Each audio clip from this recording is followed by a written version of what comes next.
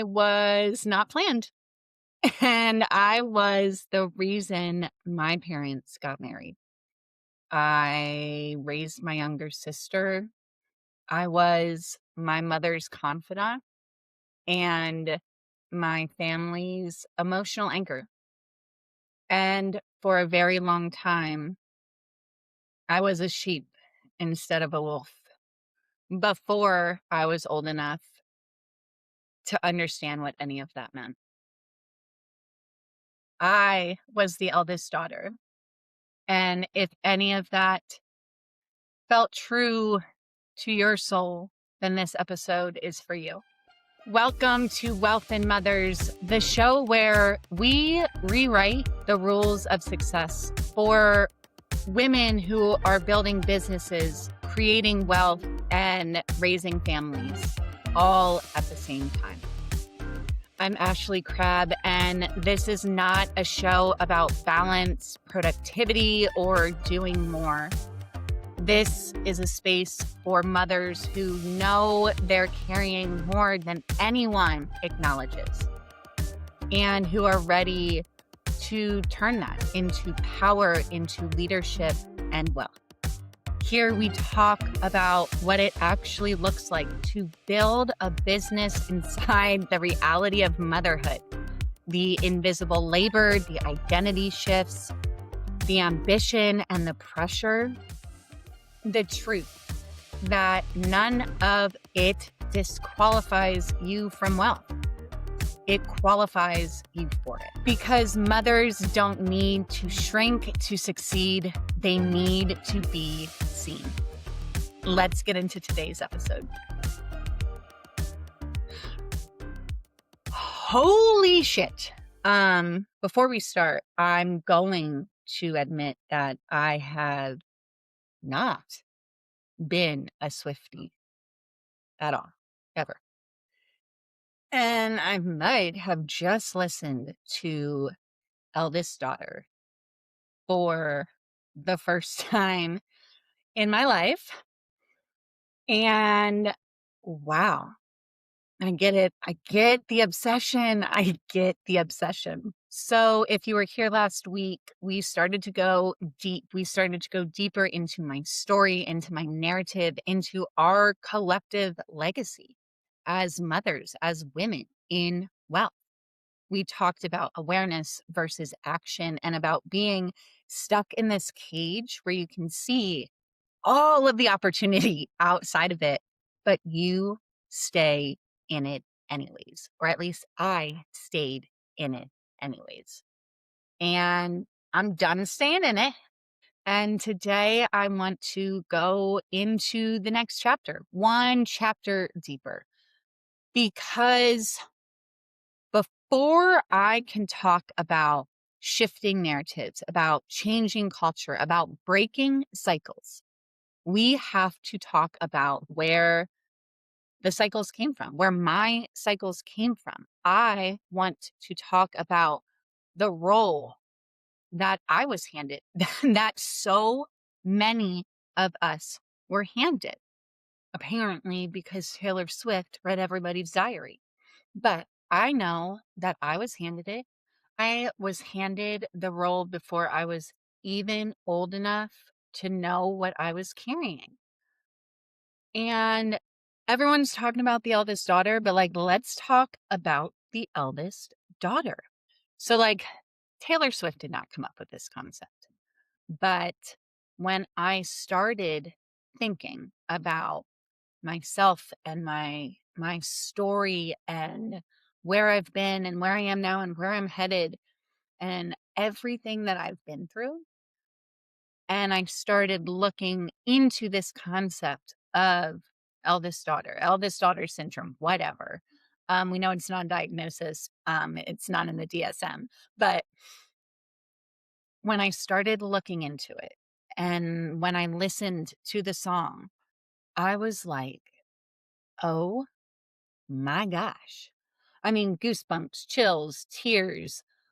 I felt like for the first time, and we know how much I love boxes and labels, but for the first time, I was like, holy crap, that describes me perfectly.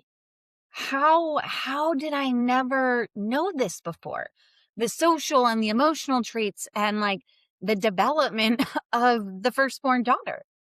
This excessive caretaking role that I took on, this parental responsibility that I lived with at such a young age, parentification, overachieving, my anxiety and my risk taking, perfectionism and people pleasing, like this hyper need to be so independent and also crave help and nurturing and for someone to hold me.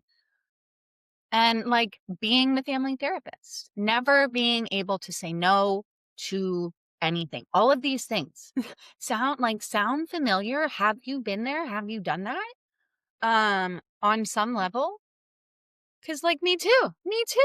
And so because we know that honesty is really the only way I know how to do this, um, something I came to connect with recently during a meditation was the fact that I, from a very young age, was told that I was not planned. I mean, like, what the fuck? From a very young age, I was told that, like, I was never in the stars. I wasn't planned. I was the reason my parents got married, and if it wasn't for me, like, they wouldn't have stuck together. And just just like let that sink in. Um, because wow, no wonder I have limiting beliefs of not being enough or worthy and just wanting people to love me and stick around, right? Makes sense now. But I wouldn't have come to that realization, I don't think, without this meditation. That's for another point in time. But my parents split up when I was in the fifth grade. My mom struggled with alcoholism. My dad didn't really do at that time as a young kid, like what I felt was anything. And our lives were total fucking chaos. I mean, there were very few sporting events I remember my mom not being drunk at. I remember growing up thinking that like drinking and driving absolutely blitzed was an okay thing to do. I saw my mom get arrested and had to stand at the front door questioning the state trooper if he was allowed to enter our home. The list goes on, right? And so from a very young age, I stepped in and raised my younger sister. And like no one no one ever said, "Hey Ashley, can you do this?" Right? No one ever stopped it. No one ever stepped up for me. No one ever said, "You don't have to do this." But I did it because that's what the eldest daughters do. We see the gap and we fill it. We see the need and we meet it. We see the chaos all around us that we don't know how to handle. And we become the coordinator and we learn how to live in that chaos, how to be comfortable in that chaos, how to carry that chaos with it. Like it is the comforting holding space that we have been craving from our parents this whole freaking time.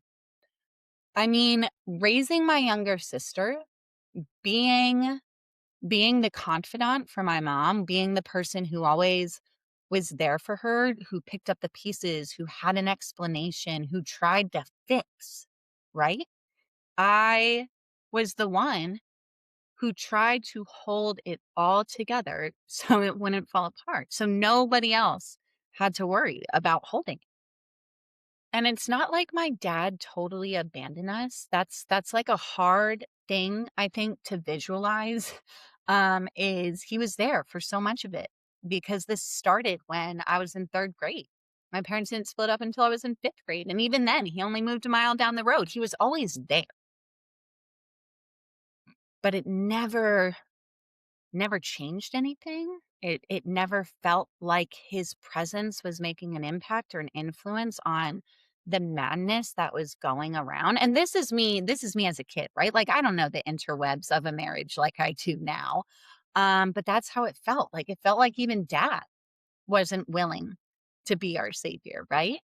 And my grandparents were very present in our lives. They helped raise us. We do have an extended family, but we also have an extended family who carries the same trauma, right?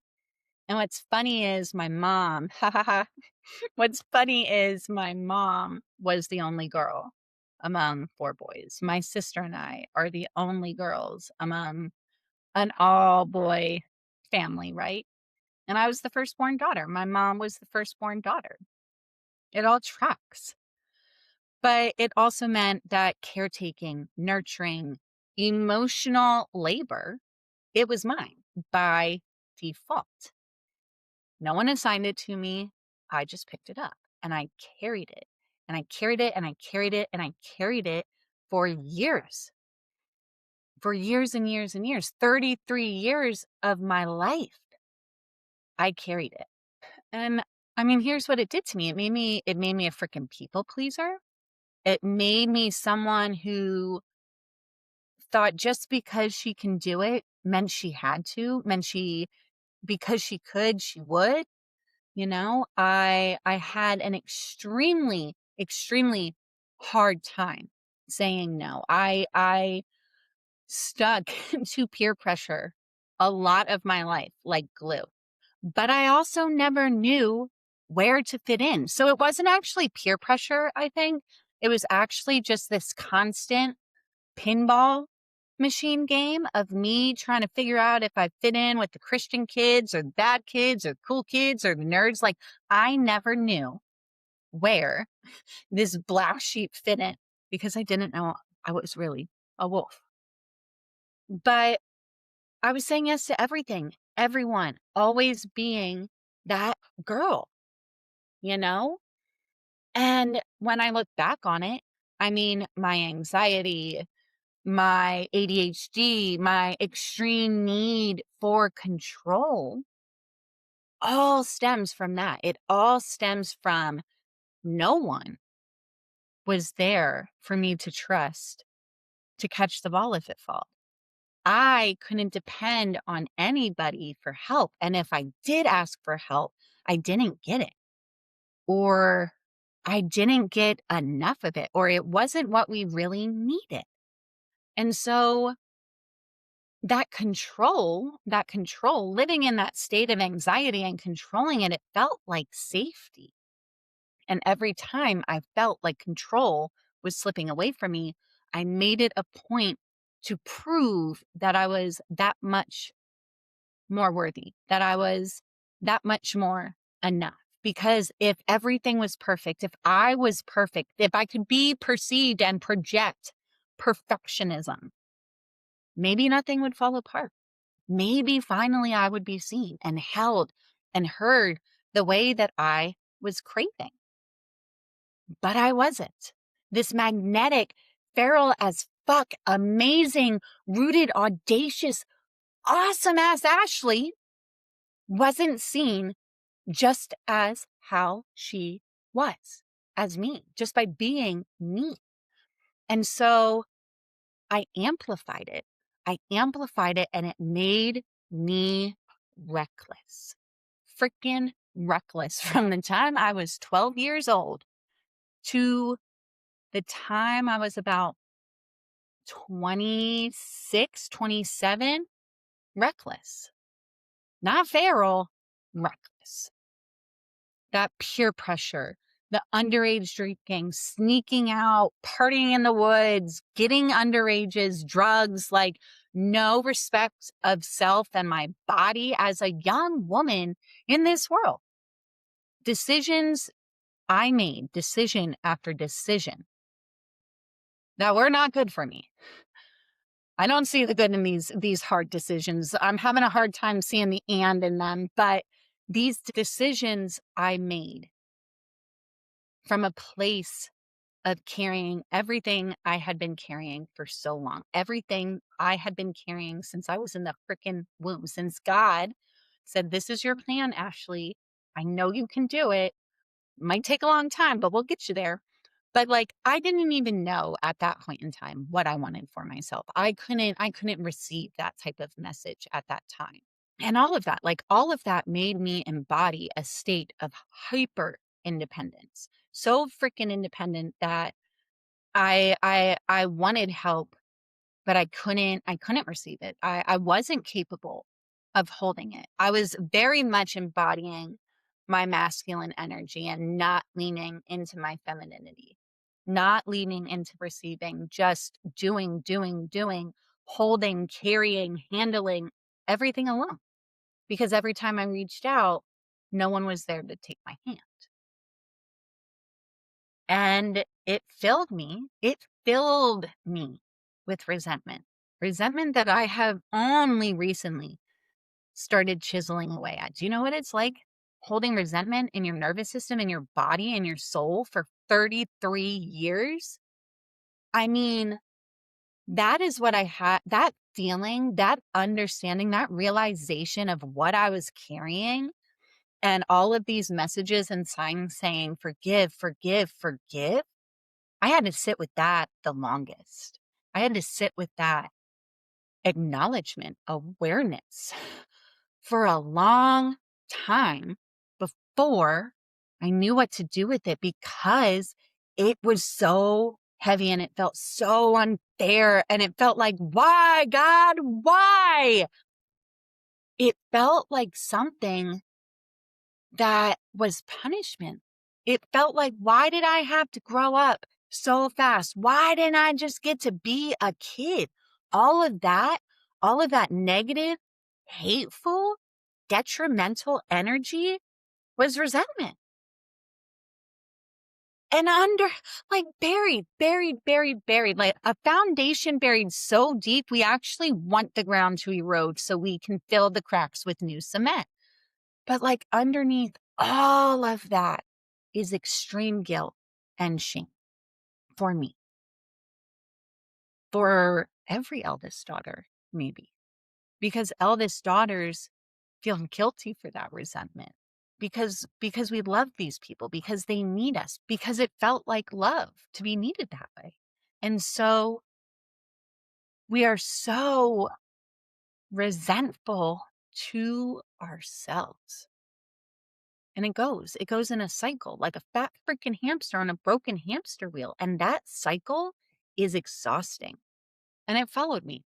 No, it didn't follow me. I rode that freaking hamster wheel into the sun and I allowed it to infiltrate my friendships, my relationships, my marriage, my motherhood, my business.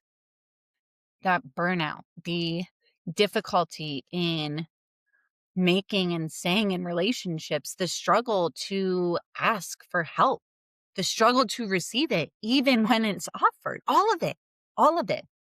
The eldest daughter came with me everywhere I went. I embodied the eldest daughter to a T. But here's the thing, when we start working through all of the things and we decide to say them out loud, and we start to give ourselves the space to receive, to channel the information that we are being given, when you finally just have a word for it, have a word and a label and a box to put it in, to really pack and send away, when you can look at your whole life existence and say, oh wow, I'm getting goosebumps again. Like I'm getting goosebumps again. That's what that was. That's what I did. That's what I've been doing and carrying and couldn't stop. That's why it felt like love, even when it cost me everything. That realization, that reflection changes everything.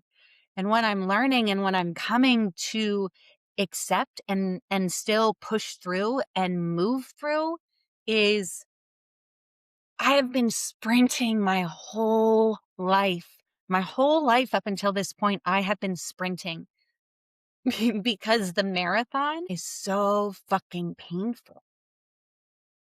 I mean, never gotten shin splints sprinting. I've always gotten shin splints taking the longer route.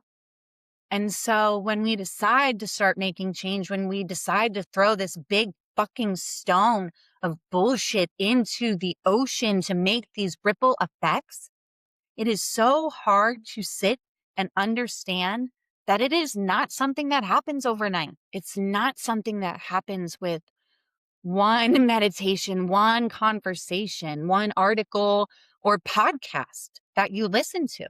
It isn't that fast. Naming something out loud is that first act of taking your power back, because it takes so long. It took me so long to get all of it out of my head and just on paper.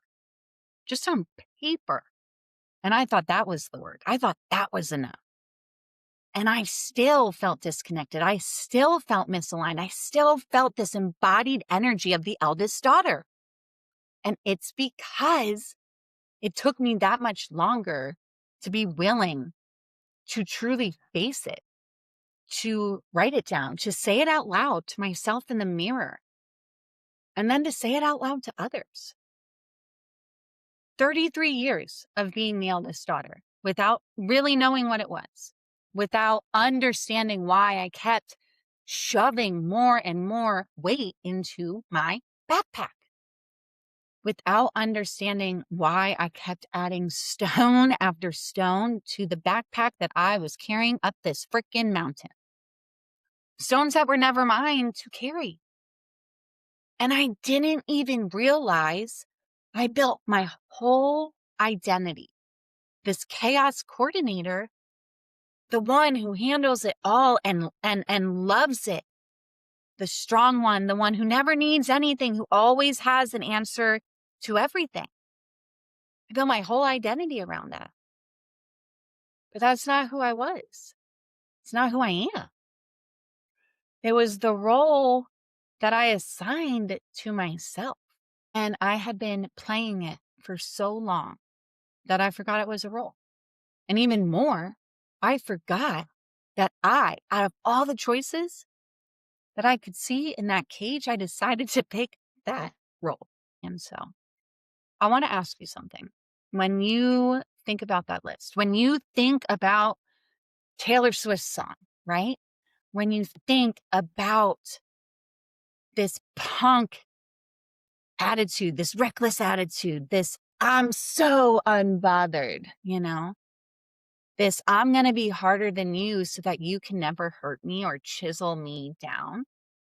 When you think about the people pleasing, the nervous system dysregulation, the perfectionism and hyperindependence, when you think about the resentment that you are carrying that you don't want to call resentment out loud, we'll get into how people like that word later. And the guilt that you feel when you say that out loud, when you understand that within yourself. Do you feel it? Do you feel something in your chest go, yeah, that's me. That has always been me. Or if you hear my story, my hot tea, that's really just the cold tip of the iceberg that we got to chisel at. If you hear that or feel that, I want you to know something. You're not broken. Nothing's broken. You're not being too sensitive or dramatic or difficult. Because if you're willing to have these hard conversations and say these things out loud, I'm guaranteeing you there are going to be people who don't like it, because saying hard things and having hard conversations is uncomfortable. And you're doing the job that you decided to do. You're reclaiming the role that you were always meant for. because that old role that you did so well, everyone forgot it was a job. And you get to give yourself a raise. You get to go to that next level. You get to embody and channel your divine purpose. They just thought that was you because you thought that was you, because you couldn't fully grasp every message that was being sent to you. And that's okay, because I am the strong one. I am the capable one. I am the one who figures it out.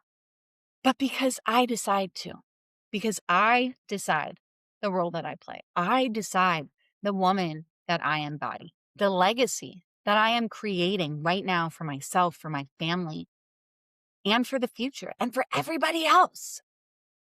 The first step to breaking the cycle of being the eldest freaking daughter is understanding the difference between the assignment you took on as that young feral freak that you were, and realizing that it's the assignment you were always meant for. You're just now becoming the woman who can hold it all, who can receive it all, who is capable of channeling it in to the greatest good, to the highest power of love. That's work. That's the work that mothers are here to do. That is the work. That is what I am on a mission to talk about. And next week, I want to go deeper into this chapter of the eldest daughter turned cycle breaker. We're going to talk about the system that created the role, the narrative that was handed to us, and why breaking it is not, I finally realized it's not about burning anything down. It's about building your own path. I hold space for where you are right now, for the weight that you have been carrying, for the name you just gave what you've been feeling inside of you your whole life, for the woman underneath the role you were always meant for, who has been waiting very patiently, a slow burning ember. I see her, I hold space for her with love, with accountability, with standards, with the knowledge that she is strong and capable and can. And she's freaking magnetic. She is you. She is you, baby. She is you. If this episode resonated with you, share it with another mother who is building something real. This is how we change the conversation, by making sure women like us are seen, are heard, and are freaking paid. And if you are ready to step into your next level of visibility, of leadership, and wealth, make sure you subscribe so you don't miss what's coming next. You can also connect with me on Instagram and TikTok, where I share daily thoughts and conversations around motherhood, identity, and life. And I will leave you with this. You are not behind, you are not too much, and you don't need to choose between your family and your success. You are the woman who gets to have both. I'll see you in the next episode.